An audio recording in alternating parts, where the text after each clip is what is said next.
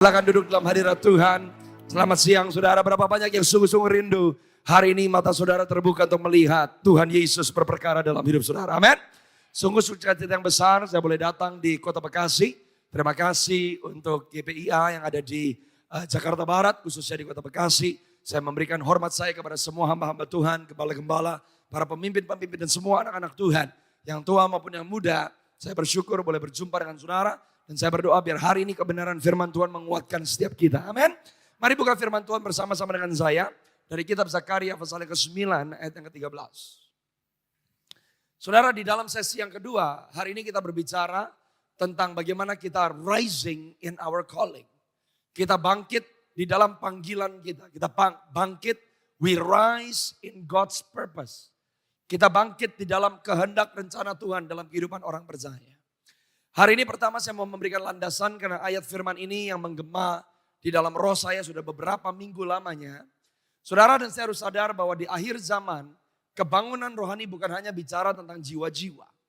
Kebangunan rohani penuaian bukan hanya bicara tentang orang-orang yang datang ke gereja atau orang-orang yang mengalami keselamatan karena menerima Yesus sebagai Tuhan dan Juru Selamat mereka. Saya percaya bagian dari kebangunan rohani di akhir zaman adalah kedewasaan. Sama-sama katakan kedewasaan. Saudara bisa keluar dari Mesir, tapi belum tentu saudara masuk ke dalam tanah perjanjian. Tanpa Tuhan gak mungkin bisa keluar dari Mesir. Tanpa Tuhan yang membelah laut Teberau, bangsa Israel tidak mungkin keluar dari Mesir. Tanpa tiang awan, tiang api yang menghardik tentara Firaun, tidak mungkin bangsa Israel bisa keluar dari Mesir. Tapi ternyata mereka keluar dari Mesir, tetapi mayat mereka tetap berkelimpangan di padang gurun. Kehendak Tuhan buat saudara dan saya bukan hanya keluar dari hidup yang lama. Keluar dari tabiat dosa. Tapi kita mati di padang gurun. Kita mati karena masih menggerutu. Kita datang ke gereja tapi kita skeptik. Kita saling serang. Kita kecewa dengan hidup. Kecewa dengan orang. Seringkali banyak orang yang lebih kecewa di dalam gereja daripada di luar gereja. Dan kekecewaan akan membunuh saudara. Orang Israel tidak masuk ke tanah perjanjian karena mereka kecewa. Melihat mujizat tidak membuat engkau bisa menyembah Tuhan. Kurang apa mereka?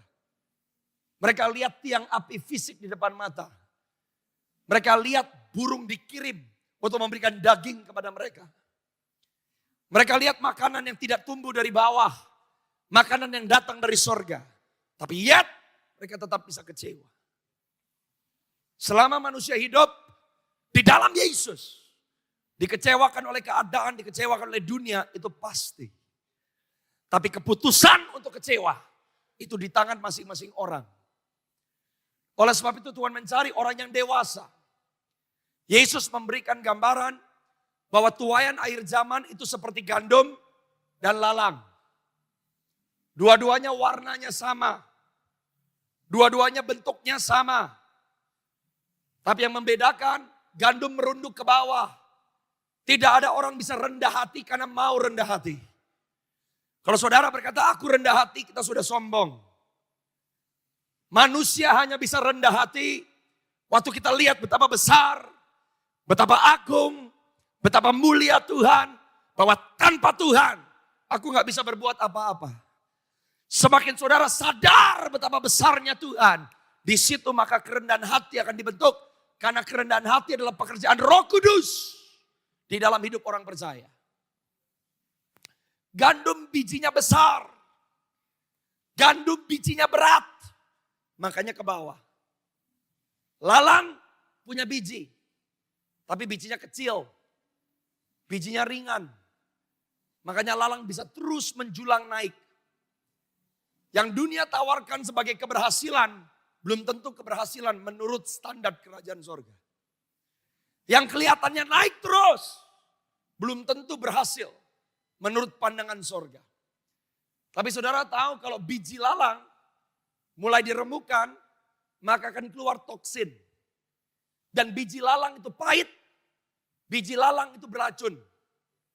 Banyak orang Kristen kalau mulutnya pahit, cara hidupnya pahit, ngomong atas nama kebenaran, tapi saudara serang sana, serang sini. merasa diri paling benar, diri paling baik. Saudara jadi racun, itu lalang. Tapi kalau gandum, berbobot. Kalau gandum, berat. Panggilan setiap orang percaya harus jadi dewasa. Panggilan setiap orang percaya harus menyerupai Kristus. Dan di sesi ini saya akan bahas bagaimana setiap orang percaya, semua generasi, mau tua sampai muda, masing-masing kita harus, katakan sama-sama dengan saya, harus menjadi dewasa. Kalau ada masa penuaian, catat saudara, ada 3 hal pasti terjadi. Nomor 1, penyingkapan. Selalu akan ada yang disingkapkan dengan yang namanya penuaian. Kalau penuaian terjadi, yang busuk akan disingkapkan. Yang palsu akan disingkapkan. Makanya kenapa kita hidup dalam pertobatan. Bagian dari orang yang menghidupi kebangunan rohani adalah pertobatan bukan hanya acara atau kejadian satu kali. Tapi pertobatan menjadi gaya hidup setiap hari. Di dalam kebangunan rohani ada yang namanya penyingkapan. Katakan sama-sama penyingkapkan. Kalau ada yang disingkapkan, nomor 2, ada yang disingkirkan. Bagian dari penuaian, kita akan lihat akhir zaman berkata, banyak yang murtad. Banyak yang meninggalkan Yesus. Banyak yang jual imannya. Termasuk dari kebangunan rohani, setiap orang yang ngalamin kebangunan rohani, selalu ada hal-hal yang Tuhan perlu singkirkan dari hidup kita. Selalu ada yang perlu mati dari hidup kita. Dan nomor 3, kalau yang pertama disingkapkan, yang kedua disingkirkan, yang ketiga disinkronkan. Bagian dari kebangunan rohani selalu ada yang harus diselaraskan. Roh Kudus menyelaraskan saudara dan saya untuk menjadi semakin serupa dengan Yesus Kristus. Itu bagian dari kebangunan rohani. Alkitab berkata sebab aku melentur. Tidak ada orang bisa jadi dewasa kalau hidupnya gak pernah dilentur. Dilentur berarti Anda ditarik ke belakang. Seringkali kenyamananmu harus ditarik. Kapasitasmu harus ditarik. Tapi kalau orang lagi ditarik, maka Yehuda akan maju. Anda harus mengerti praise. Lagu bukan hanya karena Anda nyanyi lagu gereja, ini otomatis memuji Tuhan.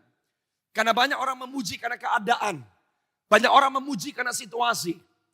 Saudara mau tahu gambaran profetik dari Yehuda? Saudara harus tahu bagaimana Yehuda lahir. Ibu daripada Yehuda namanya Lea. Perempuan yang tidak dikasih oleh suaminya Yakub.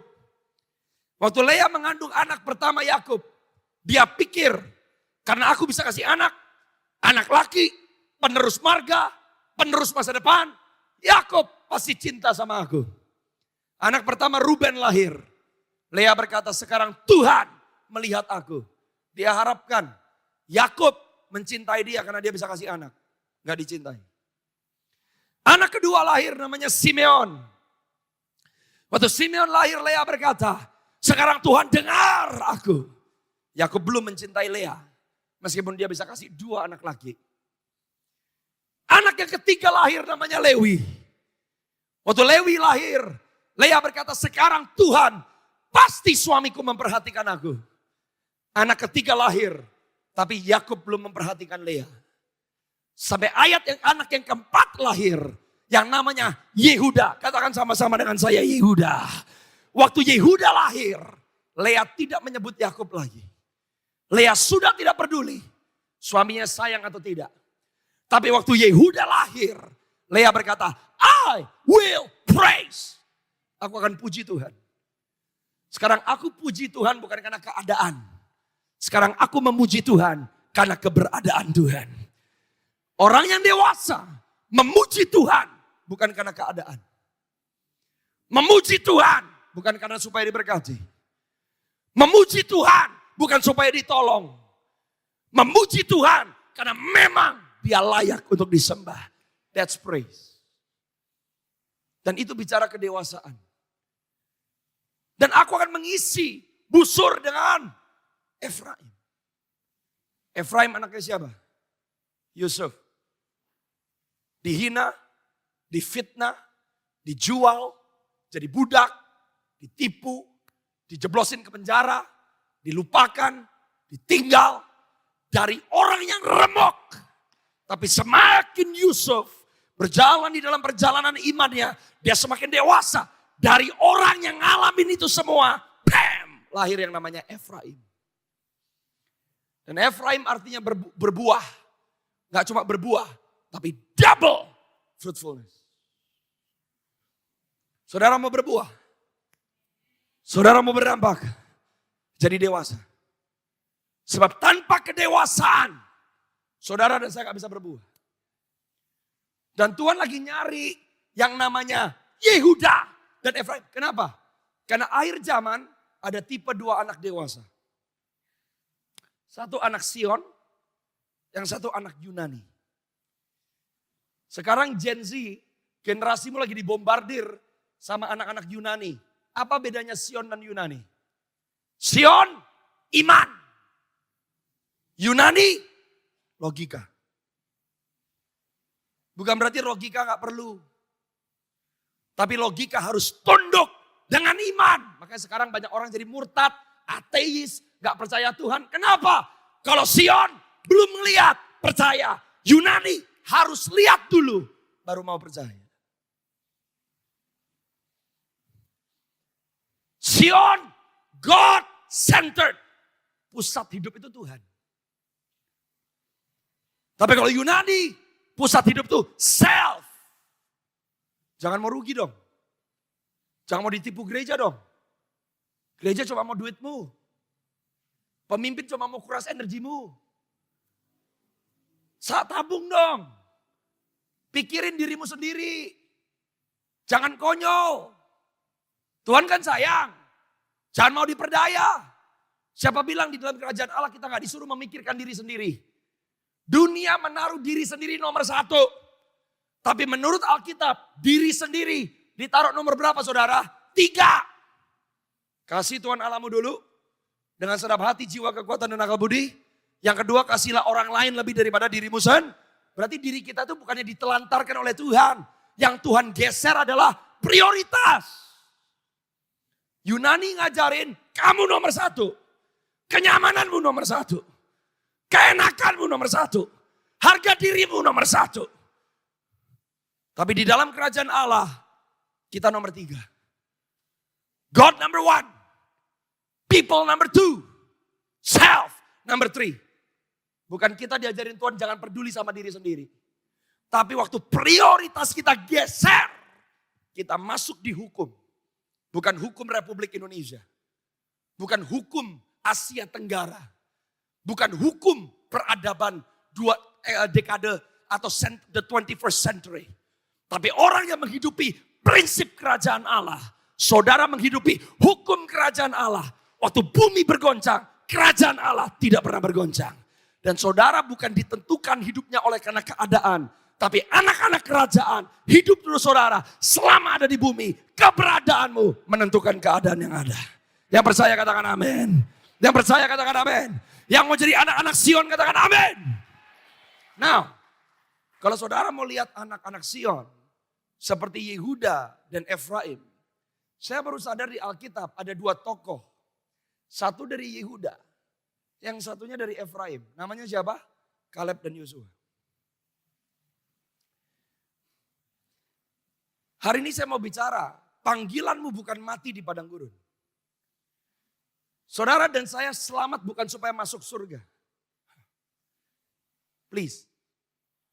Saya selalu berkata yang ditebus hidup, bukan tempat. Yang menjadi panggilan Tuhan buat orang yang percaya kepada Yesus.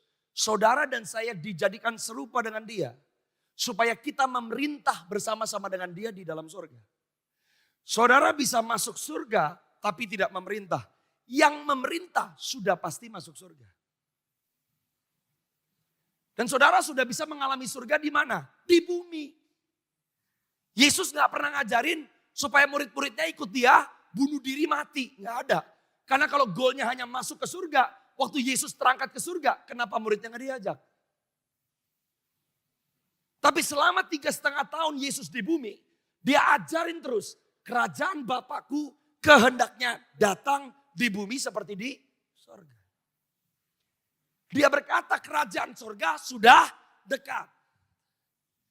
Yang dia perkenalkan bukan kita buru-buru kabur dari dunia, masuk ke kerajaan surga, Tapi orang yang percaya kepada dia, saudara dan saya membawa kerajaan surga di bumi. Lewat bisnismu. Lewat karirmu. Lewat keterampilanmu. Kira-kira orang Israel keluar dari Mesir, masuk ke tanah perjanjian ngapain? Nyanyi gitu tiap hari? Bangun gereja? Bukan. Bercocok tanam. Kira-kira orang Israel di tanah perjanjian ngapain? Berkeluarga. Berbisnis. Kira-kira orang Israel yang masuk ke tanah perjanjian suruh ngapain? Mereka membuat sebuah negara dan bangsa yang dipimpin oleh hukum kerajaan surga. Supaya lewat mereka semua bangsa, katakan sama-sama semua bangsa, diberkati. Orang yang terima Yesus, hidupmu harus efektif. Kalau cuma pelayan hari Minggu, keluarga berantakan, karir berantakan, Anda gak membangun masyarakat, fail.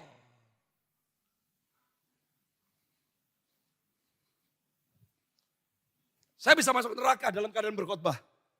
Karena ini bukan kekristenan saya. Ini bagian dari fungsi hidup. Dan saudara dan saya tidak dipisahkan karena fungsi. Siapa bilang kita berbeda hanya karena saya pendeta? We are the same.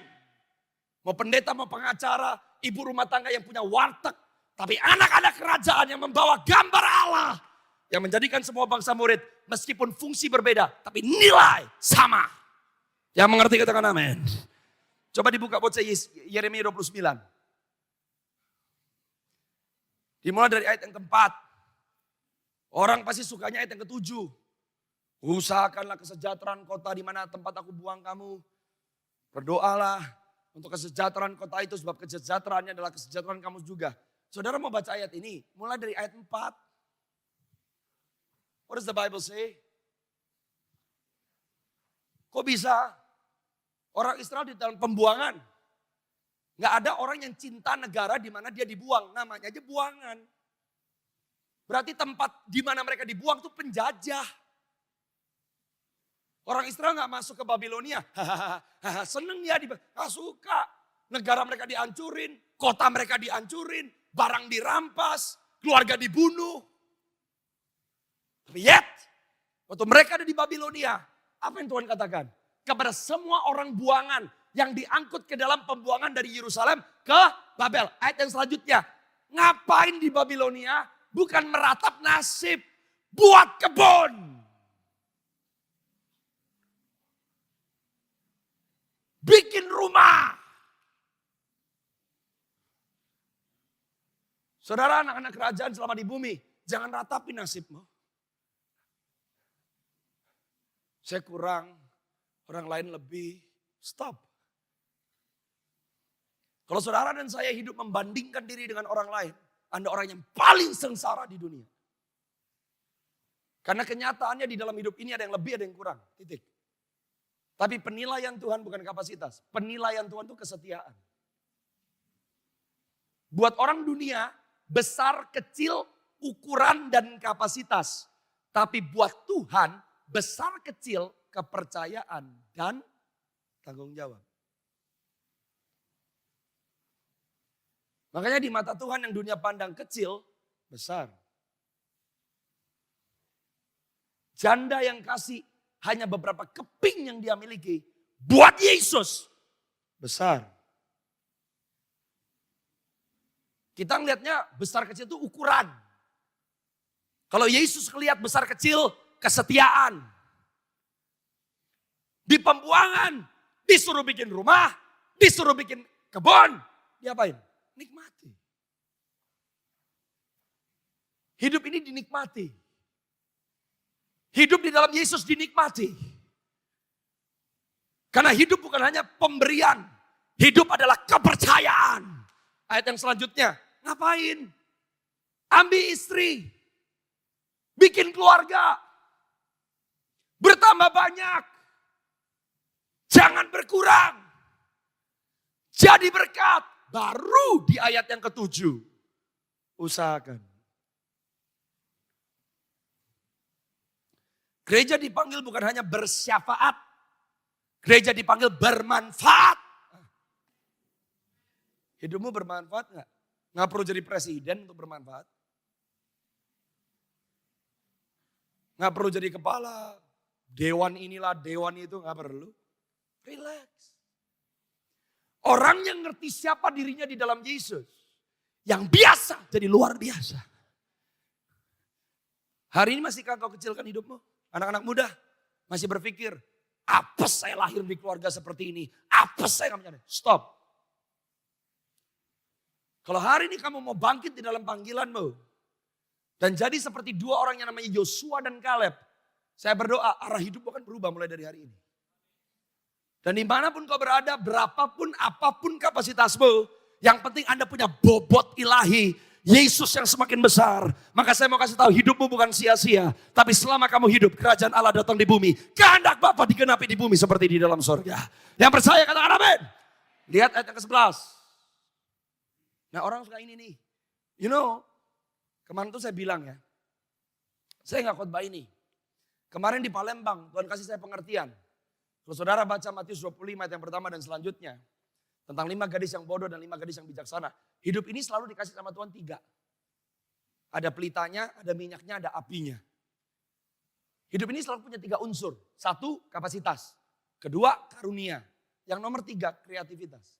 Kreativitas itu bukan nari, nyanyi. Siapa bilang yang kreatif hanya anak-anak muda?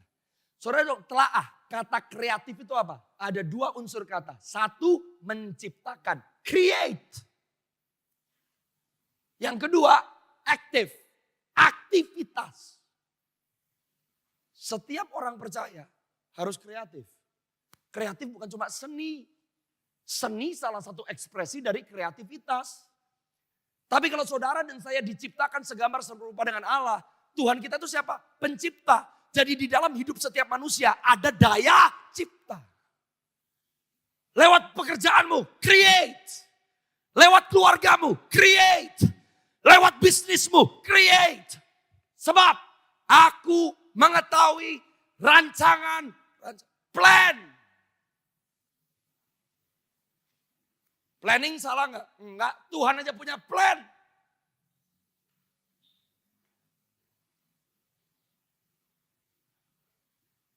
Seringkali gereja hanya sukanya di dalam gedung. Gak bikin apa-apa. Gereja berhasil bukan diukur berapa yang masuk. Gereja berhasil diukur berapa yang diutus. Saudara gak akan di gerejamu seumur hidup. Kalau di gerejamu seumur hidup, hidupnya gitu-gitu aja. Something is wrong. Di dalam gereja Anda terima inspirasi, Anda terima impartasi. Di situ kasih diasah, karunia diasah, karakter dibentuk. Buat apa? Supaya di semua kehidupan saudara, di luar gedung gereja, kerajaan Allah datang. Apa sih rancangan Tuhan? Shalom. Artinya shalom itu apa? Nggak berkekurangan. Artinya shalom itu apa? Membawa kesejahteraan. Banyak orang di luar sana yang menunggu uluran tangan saudara. Yaitu adalah uluran tangan Tuhan melalui saudara. Lewat hidupmu Anda bawa shalom. Lewat hidupmu saudara dan saya nggak membawa kecelakaan. Tapi saudara membawa kesembuhan. Memberikan hari depan. Hari depan itu apa? Posterity. Apa itu? Saudara bangun generasi. Anda mendidik anak-anak muda. Lewat anak-anakmu Anda wariskan nilai-nilai yang ilahi. Supaya apa? Menanti pengharapan. Yesus akan datang kembali untuk kali yang kedua. Dan dia akan menjemput anak-anak yang dewasa. That's your destiny. Yang mengerti katakan amin. Yang mengerti katakan amin. Jadi mau kamu pemimpin atau bukan. Hari ini adalah waktunya bangkit di dalam nama Yesus. Saudara pendeta atau bukan. Hari ini waktunya bangkit dalam panggilanmu di dalam nama Yesus. Kalau saudara mengerti siapa yang tinggal di dalam saudara, izinkan rohnya bekerja. Dunia boleh berkata bahwa hari-hari esok adalah hari-hari yang buruk. Tapi di dalam Yesus selalu ada pengharapan. Dan di tengah-tengah kegelapan Tuhan menempatkan gerejanya sebagai bintang yang bersinar. Yang percaya katakan amin. Yang percaya katakan amin. Haleluya. Sekarang lihat bilangan 14 ayat 34. Hari ini saya mau menyemangati saudara, khususnya anak-anak muda. Saya pertama kenal Yesus umur 12 tahun. Panggilan saya dengan Pastor Dio berbeda.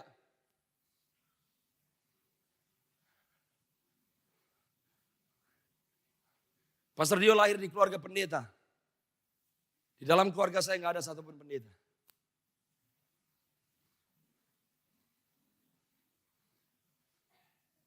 Yang menentukan saudara berhasil atau tidak bukan koneksimu. Bukan jabatanmu, no. Roh Tuhan turun atas semua orang. Mau gelandangan sekalipun yang dipenuhi roh Allah. Waktu roh Allah masuk ke dalam hidup seorang gelandangan, dia bawa kerajaan Allah. Setan harus minggir. Yang sakit sembuh. Hidup orang dibangun. Jangan kecilkan dirimu. Saya berdoa, saudara menjadi pemimpin-pemimpin yang berbeda. Dan bagian dari ini adalah lintas generasi, di mana yang tua sama yang muda harus berjalan bersama-sama. Karena setiap umur punya perannya. Saudara gak bisa ngulang masa muda. Dan anak-anak muda mau gak mau, kamu akan jadi tua. Jadi di dalam setiap fase hidupmu, mengertilah maksud Tuhan. Fase kamu muda, fase dari teruna muda, fase dari orang tua. Di dalam setiap fase, Tuhan punya kepentingan di situ. Tapi lihat nih, bangsa Israel gak masuk ke tanah perjanjian, bukannya random. Ada gak yang pernah sadar, kenapa sih 40 tahun? Tuhan tuh gak pernah asal gitu. Kenapa orang Israel 40 tahun di padang gurun? Karena yang namanya hukum tabur tuai. Orang udah jadi percaya hukum tabur tuai tetap ada. Gak perlu jadi orang Kristen untuk menghidupi hukum tabur tuai. Non-Kristen pun ngalamin yang namanya hukum tabur tuai. Apalagi kita yang udah tahu sumber hukumnya itu Tuhan.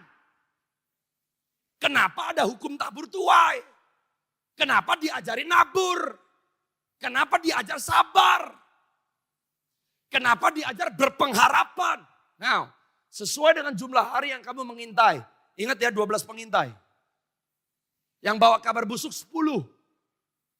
Yang bawa kabar baik Yehuda dan Efraim. Kaleb, Yosua. Karena hari ini di tempat ini yang hadir bukan cuma Yosua, Kaleb. Kaleb umurnya jauh lebih tua daripada Yosua.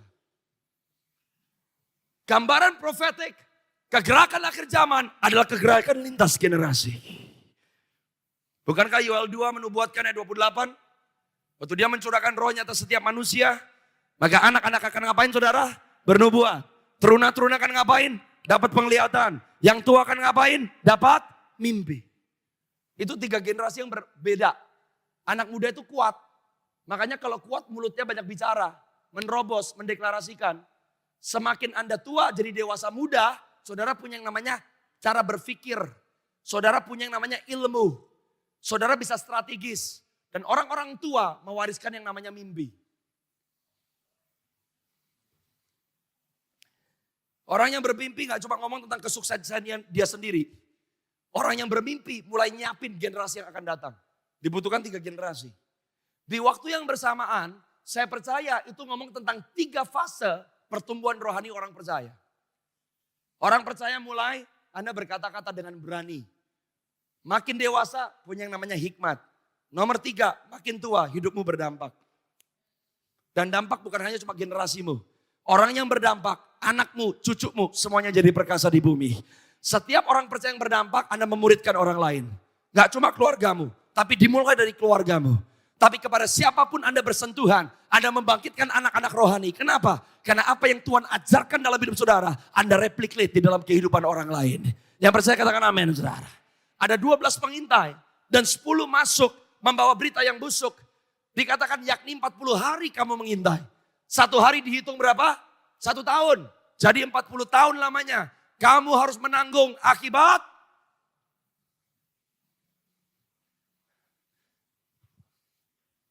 Pernah tahu gak Tuhan kita ngomong ini? Tahu rasa lu.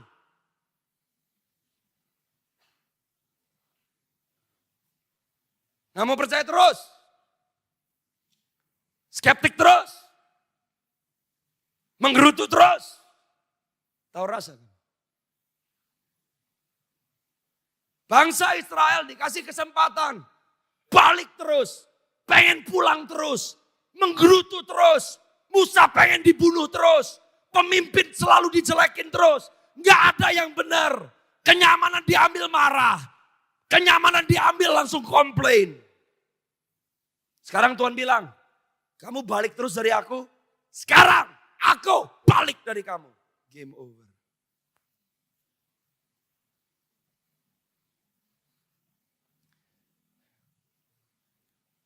Katakan sama-sama dengan saya, aku mau masuk ke tanah perjanjian. Jangan sampai mati di tengah jalan, saudara. Selamat gak? Udah keluar dari Mesir.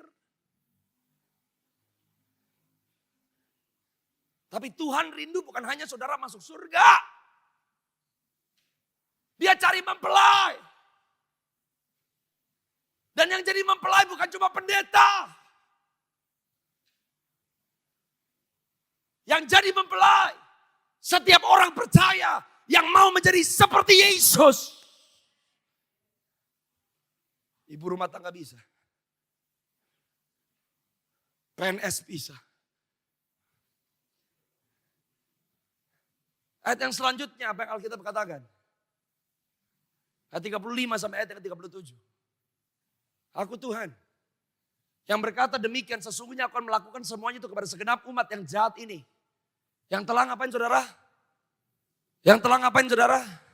Bersepakat melawan aku. Ditolong Tuhan tetap bisa ngelawan. Terima mujizat tetap bisa ngelawan. Di padang gurun ini mereka akan habis. Dan di sini semua mereka akan mati. Ayat yang selanjutnya 36 dan 37. Adapun orang-orang yang telah disuruh Musa untuk mengintai negeri itu yang sudah pulang dan menyebabkan segenap umat itu bersungut-sungut. Saudara bikin hidup orang lain gak percaya. Saudara nyandung hidup orang lain. Saudara bikin orang lain ngikutin ketidakpercayaanmu. Ada yang menanti. Apa? Orang yang mulutnya selalu kabarnya busuk.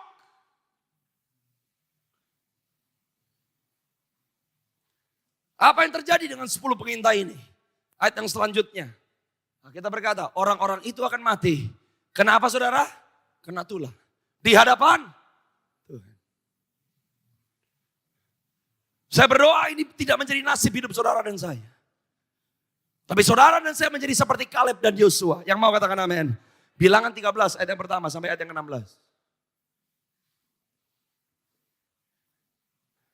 Saya mau saudara lihat apa yang membedakan Kaleb dan Yosua. Bear with me, setelah itu kita akan berdoa. Hari ini, saudara gak ada yang bisa luput. Yang merasa hidupnya umurnya sudah tua, Anda generasi Kaleb. Yang menduduki Hebron. Anak-anaknya masuk ke tanah perjanjian, dapat warisan. Saudara generasi muda, seperti Yosua. Tuhan bisa punya panggilan, tapi kalau kamu gak mau respon, Anda gak bisa masuk dalam panggilan Tuhan. Panggilanmu menjadi seperti Yesus. Panggilanmu memerintah bersama dengan Yesus. Panggilanmu berkarya. Sekarang dengan apa yang di tangan saudara, beri yang terbaik. Tuhan berfirman kepada Musa. Lihat ayat yang berikutnya. Jadi pemimpin itu bukan cuma jabatan. Kenapa? Lihat ayat yang kedua, lihat ayat yang ketiga. Alkitab berkata, suruhlah beberapa orang mengintai tanah Kanaan yang akan kuberikan kepada orang Israel. Dari setiap suku nenek moyang mereka, haruslah kau suruh seorang. Semuanya.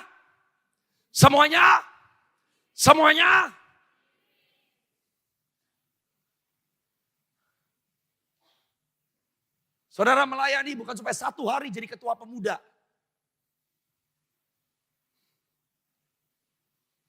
Saudara melayani bukan supaya 1 hari dapat jabatan di API. Saudara melayani bukan supaya 1 hari jadi sekjen, sinode. No! 12-12-nya pemimpin. Ayat yang ketiga. Apa yang kita katakan? Lalu Musa menyuruh mereka dari padang gurun Paran sesuai dengan titah Tuhan. Semua orang itu adalah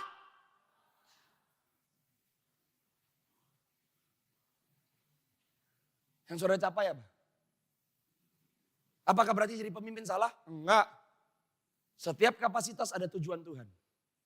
Tapi tadi di bilangan 14, 10 pemimpin ini mati kena tulah.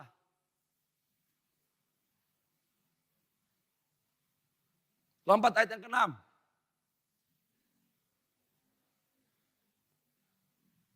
Siapa salah seorang dari yang 12 itu? Kaleb bin Yefune. Dari mana? Yehuda. Ingat, aku melentur. Yehuda. Lompat ayat yang ke-8. Dari antara mereka, Bilangan 13 ayat yang ke-8, siapa mereka? Dari suku Efraim, Hosea bin. Lompat buat ayat yang ke-16. Ini kunci ini. Itulah nama orang-orang yang disuruh Musa untuk mengintai negeri itu. Dan Musa menamai Hosea. Jadi siapa saudara? Hosea arti namanya adalah keselamatan. Selamat bagus gak? Terima Yesus bagus gak? Gak ke neraka bagus gak? Nama Hosea artinya selamat atau keselamatan. Tapi nama Yosua artinya Tuhan yang menyelamatkan. Dengar, Tuhan gak mau saudara hanya diselamatkan. Tapi Tuhan rindu saudara mengenal Tuhan yang menyelamatkan saudara. Know your God. Saudara rajin ke gereja, kenal sama Yesus gak yang menyelamatkan kamu? Bergaul dengan Yesus gak setiap hari? Menghidupi rencananya gak? Atau kita seperti Adam yang pertama?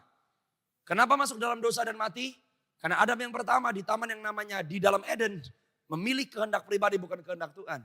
Tapi Yesus Adam yang kedua di taman yang namanya Getsemani, dia memilih kehendak Bapa dan bukan kehendak pribadi. Rise in your calling. Apa panggilanmu?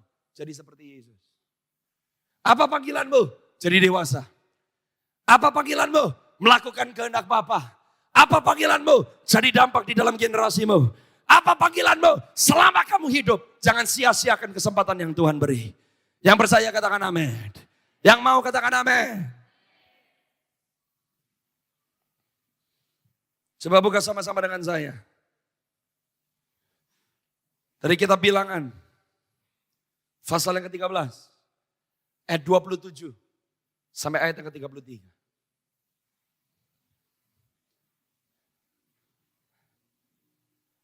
Saudara mau jadi seperti Yosua? Pertama kali Yosua diperkenalkan kepada kita, Anda baca sendiri di rumah. Pertama kali Yosua diperkenalkan kepada kita adalah waktu Yosua berperang melawan orang Amalek di Rafidim.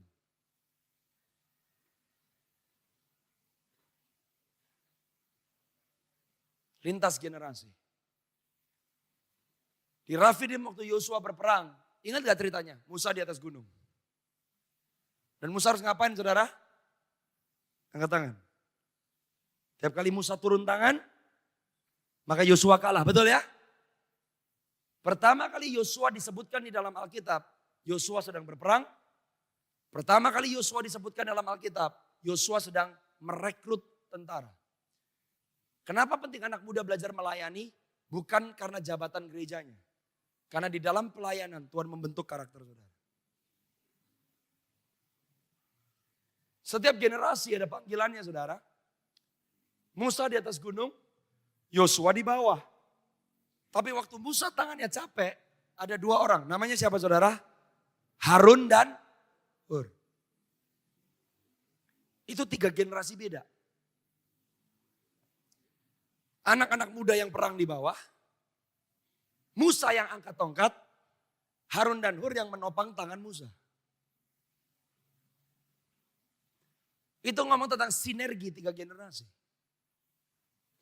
Saya pun dari sini mau bicara sama para pemimpin, seperti Musa berani mempercayakan kepada anak muda, memilih pasukan dan berperang. Kalau saudara mau membangun generasi dalam gerejamu, jangan hanya jadikan anak-anak mudamu penari tamborin. Saudara libatkan enggak anak-anak muda di dalam mengambil keputusan?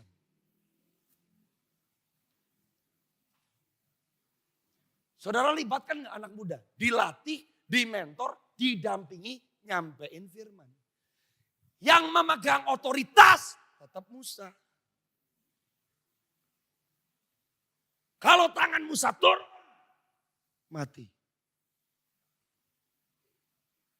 Ada orang-orang di gereja, ketua departemen, ketua bidang. Bagian saudara pegangin tangan Musa. Bukan nimpuk kepala Musa pakai batu.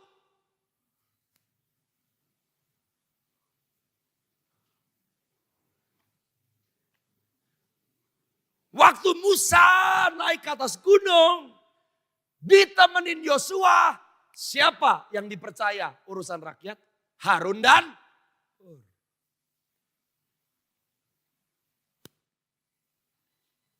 Saya mau saudara mengerti, kerajaan Allah sifatnya selalu lintas generasi. Tapi Yosua gak bisa jadi pemimpin kalau kamu gak pernah melayani.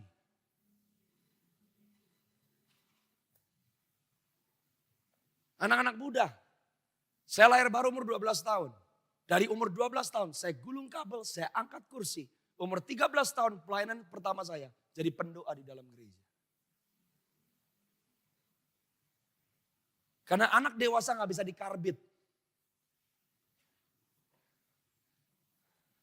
Nah sekarang pemimpin gereja nyarinya pemain musik profesional. Gua gak peduli perjalanan imanmu, yang penting bisa main keyboard, melayani.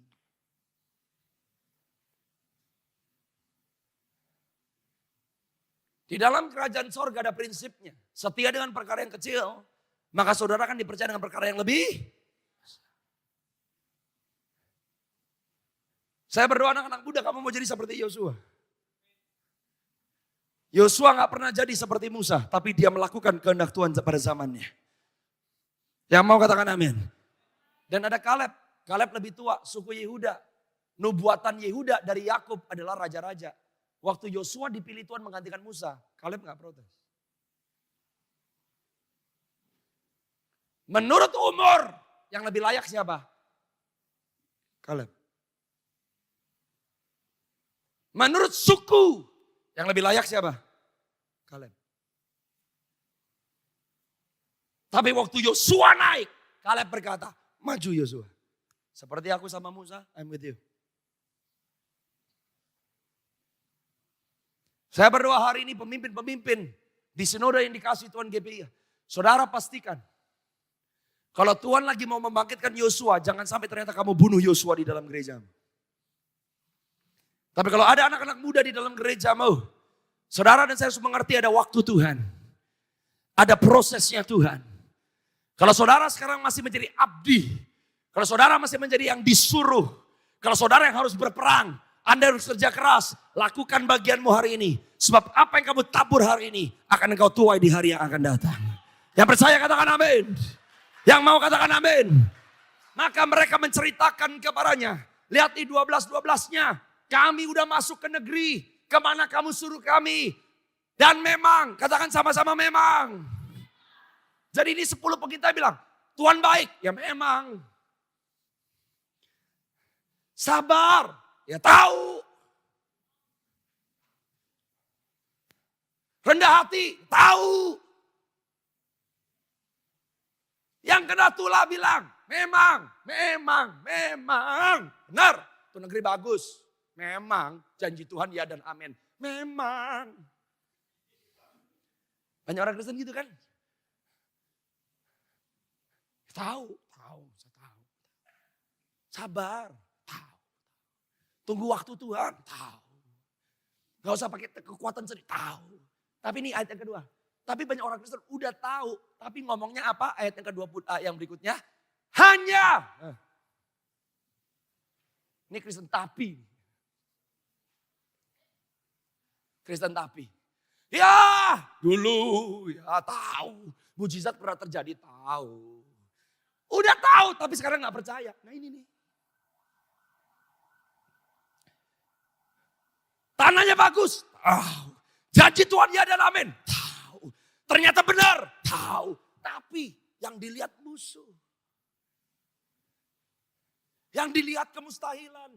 Yang dilihat politik gereja. Yang dilihat pahit. Yang dilihat musuh. Yang dilihat kota yang berkubu. Keturunan enak ada di sana. Lihat ayat yang selanjutnya. Apa yang Alkitab katakan? Orang Amalek diam di tanah Negeb. Oh, mereka tahu janji Tuhan, tahu. Tapi yang dilihat setan. Yang dilihat masalah. Yang dilihat berantem. Yang dilihat kepahitan. Ayat yang selanjutnya. Apa yang Alkitab katakan? Kemudian, nih beda. Kaleb mencoba apa? Kaleb mencoba apa? Orang dewasa hatinya tentram. Relax. Calm down. Orang dewasa, mereka berdua mau ditimpukin saudara. Nanti ke depan yang mau nimpukin anak-anak kerajaan. Bukan orang gak percaya, gereja.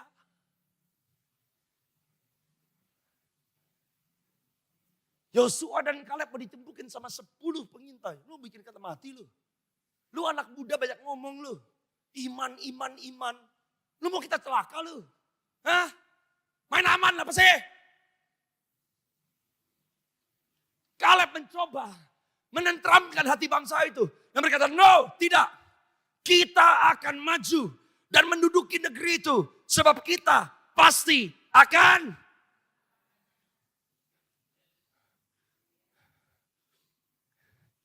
Saudara mau bangkit dalam panggilanmu. Lihat Tuhan, jangan lihat musuhmu. Lihat kebesaran Tuhan, bukan kebesaran musuhmu. Karena bersama dengan Tuhan, yang tidak mungkin bisa menjadi mungkin, amin. Yang tidak ada bisa menjadi ada, amin. Coba bilangan 14 ayat 6 sampai 10, 5 menit terakhir. Setelah itu kita akan berdoa. Diperlukan anak-anak yang dewasa dan bukan umur. Tapi orang yang punya hati seperti Kaleb dan Yosua. Yang dewasa gak mati di padang gurun, yang dewasa masuk ke tanah perjanjian. Tetapi Yosua bin Nun dan Kaleb bin Yefune yang termasuk orang-orang yang telah mengintai negeri itu. Ngapain saudara? Rendah hati. Anda mau genapi panggilan Tuhan dalam hidupmu? Rendahkan hatimu. Saudara gak perlu tahu semuanya untuk bisa masuk ke tanah perjanjianmu. Asal saudara tetap mau berpegang kepada prinsip kebenaran firman. Ayat yang selanjutnya Alkitab berkata, mereka mengoyakkan pakaiannya dan berkata kepada segenap umat Israel, negeri yang kami lalui untuk diintai adalah luar biasa baiknya. Lihat ayat ke-8. Jika Tuhan berkenan kepada kita. Tuh. Sombong gitu. Sombongnya kan, oh pasti bisa. Oh enggak. Kenapa mereka berani berbangga? Persis seperti Daud. Kamu datang kepadaku dengan pedang dan lembing. Tapi aku datang kepadamu dengan nama Allah Israel. Jika Tuhan berkenan kepada kita, maka ia akan membawa kita masuk ke negeri itu. Dan akan memberikannya kepada kita. Katakan memberikannya kepada kita. Saudara, ini orang yang mengerti kasih karunia. Saudara berhasil bukan karena kebiasaan saudara. Saudara berhasil bukan karena kepandaian saudara. Saudara berhasil bukan karena koneksi saudara. Saudara berhasil karena Tuhan yang memimpin barisan saudara. Saudara berhasil karena Tuhan yang menyertai saudara. Suatu negeri yang berlimpah-limpah. Apa saudara? Susu dan madunya. Ayat yang ke-9. Hanya. Katakan sama-sama hanya. Katakan hanya. 10 pengintai ngomong hanya orang enak, raksasa. Kaleb Yosua beda. Kalau mau ngomong tapi, ngomong di waktu yang tepat, dalam keadaan yang tepat.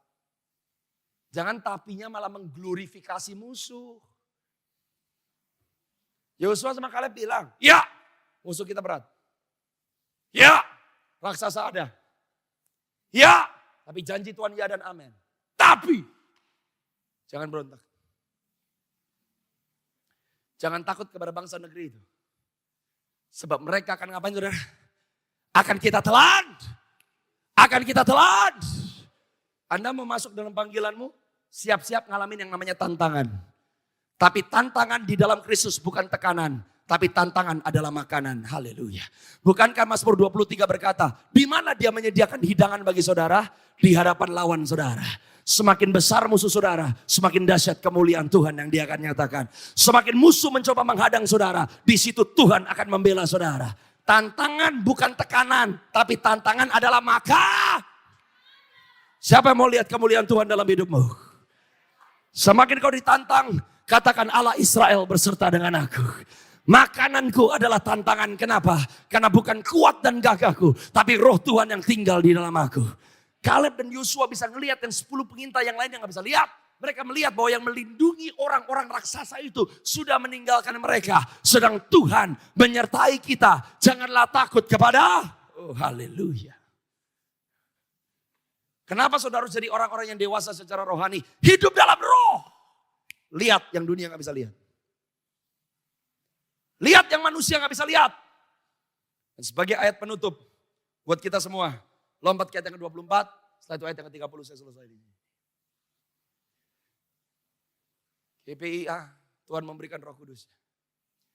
Sekarang orang udah berkata, ngapain lu banyak Roh Kudus, Roh Kudus?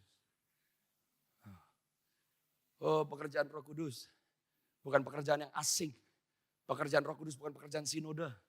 Pekerjaan Roh Kudus sudah ada dari Kejadian 1 dari ayat yang pertama dan ayat yang kedua. Roh Allah melayang-layang di atas permukaan air itu. Tetapi hambaku Kaleb karena lain jiwanya. Katakan sama-sama lain jiwanya. Jadi Kaleb punya kelainan jiwa, bukan sakit jiwa. Bahasa Inggrisnya lebih mantap. Kaleb punya roh yang berbeda. Siapa yang ada di dalam Kaleb? Roh Kudus. Siapa yang ada di dalam Kaleb? Sebab karena lain jiwa yang ada pada Kaleb dan ia mengikut Tuhan dengan sepenuh hati. Tanpa Roh Kudus kita bisa ikut Tuhan sepenuh hati. Tanpa Roh Kudus kita bisa menjadi seperti Yesus. Kalau Roh Kudus ada di dalam saudara dan saya, Roh Kudus yang membuat perbedaan dalam hidup saudara dan saya. Dan ini ayatnya luar biasa. Dan dia akan kubawa masuk ke negeri yang telah, aneh ya, dibawa masuk ke negeri yang telah the moment saudara lahir baru terima Yesus, apakah semua janji Tuhan milik saudara? Apakah berkat milik saudara? Apakah penyediaan milik saudara? Sudah, katakan sama-sama sudah. Waktu Anda lahir baru, realitas sorga sudah milik saudara. Waktu saudara lahir baru, janji Tuhan sudah milik saudara. Tapi hanya orang-orang yang mau dipimpin oleh roh. Apa yang saudara sudah terima sekarang bisa jadi kenyataan setiap hari. Roh Kudus yang menginsafkanmu akan apa itu dosa. Roh Kudus yang menginsafkanmu akan apa itu kebenaran. Roh Kudus yang menginsafkanmu apa itu penghakiman. Roh Kudus yang memimpin saudara dan saya kepada seluruh kebenaran yang bergerti, katakan amin.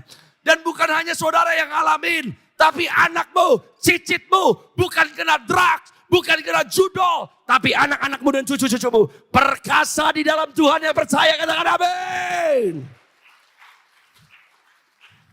Ayat yang ke-30 saya tutup di sini. Apa yang Alkitab katakan? Tuhan berkata, 10 yang mulutnya busuk. 10 yang gak jadi dewasa. Punya jabatan, pergi ke gereja. Gak masuk. Makanya kalau gak jadi dewasa, Kristen kanak-kanak, sikut sana, sikut sini. Yang dikejar supaya dapat tahta, dapat mahkota. Kamu gak akan masuk ke negeri yang dengan mengangkat sumpah telah kujanjikan akan kuberi kamu diami. Kecuali siapa? Kaleb bin Yefune. Dan Yosua bin. Berapa banyak ada Kaleb dan Yosua di GPI pada hari ini. Yang tua dan yang muda bersama-sama. Ini waktunya to rise. Bangkit dan jadilah perkasa di dalam Tuhan. Jangan takluk kepada ketakutan. Jangan takluk kepada semua yang dunia sedang katakan.